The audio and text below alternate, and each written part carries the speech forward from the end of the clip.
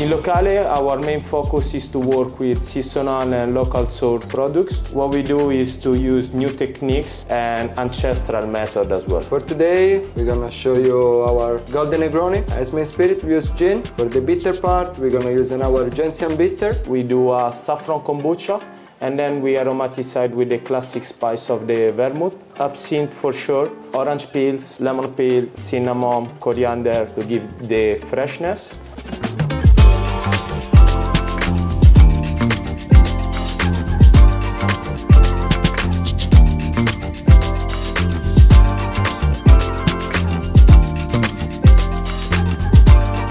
I hope you enjoy watching us making cocktails, but it will be better if you will have a drink with us here in Locale. Wait for you guys.